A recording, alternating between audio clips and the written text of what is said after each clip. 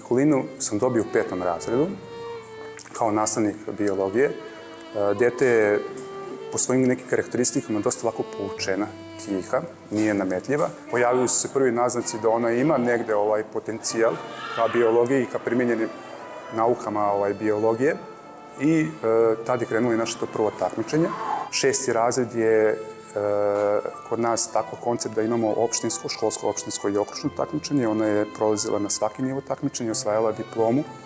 Na svakom nivou je tako takmičenja. Došla je do državnog, to je republičkog je tako takmičenja, gde je imala opet zapažene rezultate. Ona je neko na koga su drugari uvek mogli da se oslone. Uvek je težila pravim vrednostima, uvek je živala u skladu sa tim. Ona je neko ko hrabro ide kroz život, nasmejana uvek sa njenim skromnim osmehom na usnama.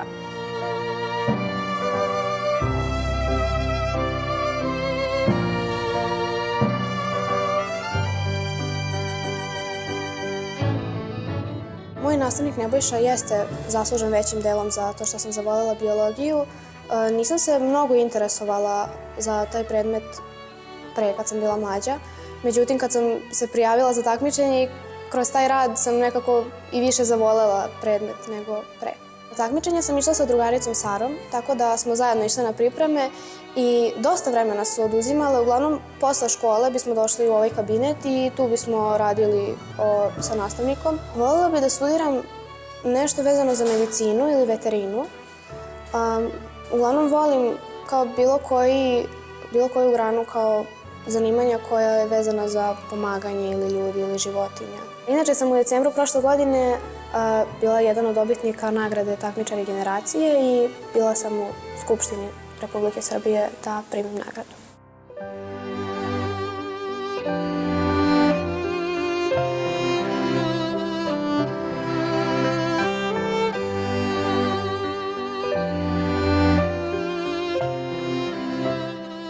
Ja kad sam bila mala sam isto bila dosta stidljivije dete i onda kada sam videla Nikolinu da je ona nekako slična, nisam morala da menjam sebe.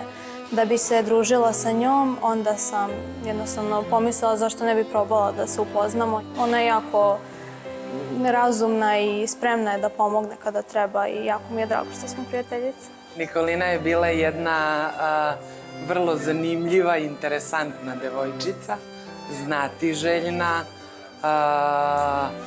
uporna.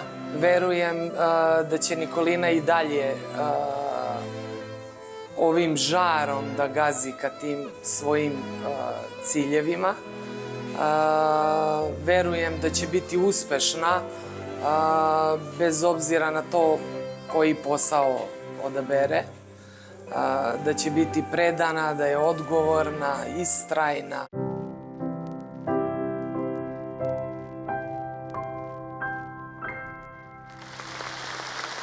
Bravo, bravo, jedan veliki aplauz za našu novu zvezdu, našu dragu Nikolinu Bubnjar.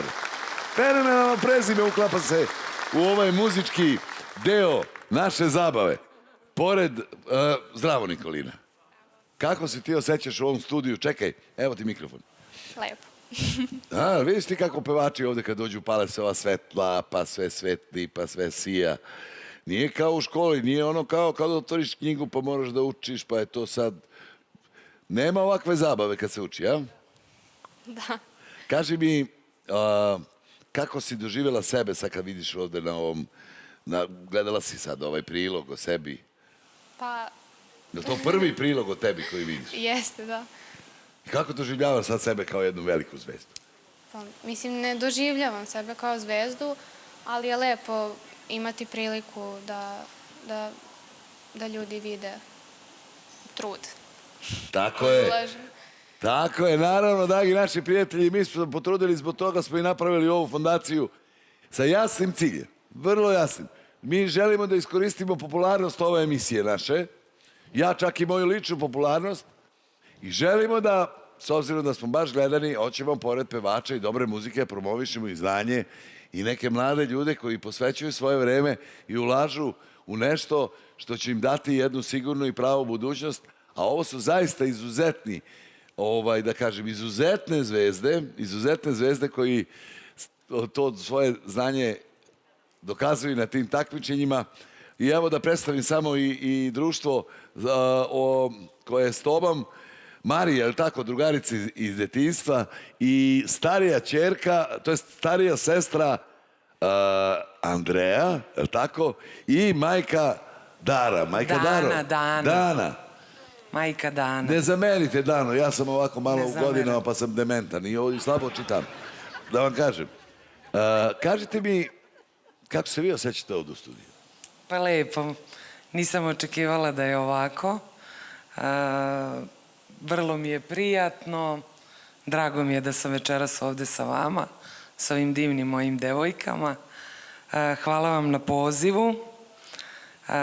Hvala što ste nas počastvovali da nas pozovete. Drago mi je da smo se odazvali i želim da se zahvalim fondaciji i vama kao članovima te fondacije što na ovaj način pružate podršku ne samo obrazovanju, već dajete i podršku ovoj mladoj deci da budu još bolji. Nadam se da ćemo se kroz nekoliko godina ponovo čuti i videti, da vidimo gde su ova deca stigla. Tako je, nemoj da mi se uzvezdiš. Znaš kako je, dešava se to s pevačima, znaš? To je kao pevači kad snime prvi hit. Posle, ne možeš da pričaš s njima. Znači, nemoj, molim te to da radiš. I to, majka, ti da se potrudiš. Mada ja znam, onako, ja u stvari i pre nego što krene emisije, pa imamo malo i razgovora i dublje poznajem. I interesantno da su sva ta deca koja su evo do sad bila ovde, svi su nekako skromni i nemaju te ambicije da budu baš nešto poznati, da se slikaju. Jedva ih, iskreno da budem, jedva ih nateramo da dođe ovde u studiju. Tako je. E pa ovako, ja, kad smo pitali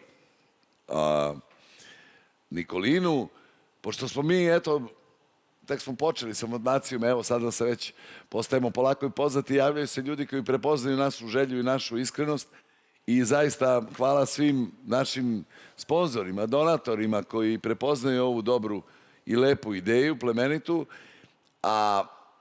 I kad smo pitali Nikolinu kako, šta to mi možemo, mi u stvari, da se razumemo, nije ovo pomoć njima, ovo je u stvari nagrada. Ono kad neko bude dobar đak pa dobije nešto na kraju godine kao podsticaj i kao nagradu za to što se trudi i što uči. U tom smislu, kad smo pitali Nikolinu, Nikolina, eto, možda neki kompjuter ili ne znam, ti kupimo onaj, kako se zove, onaj stetoskop, kako se zove ono što se gleda? Mikroskop da gledaš one amebe i da gledaš ta čuda tamo. Ona kaže meni, ma ne, znate šta bi, kaže, mene najviše obradovalo. Sad mi kažemo šta?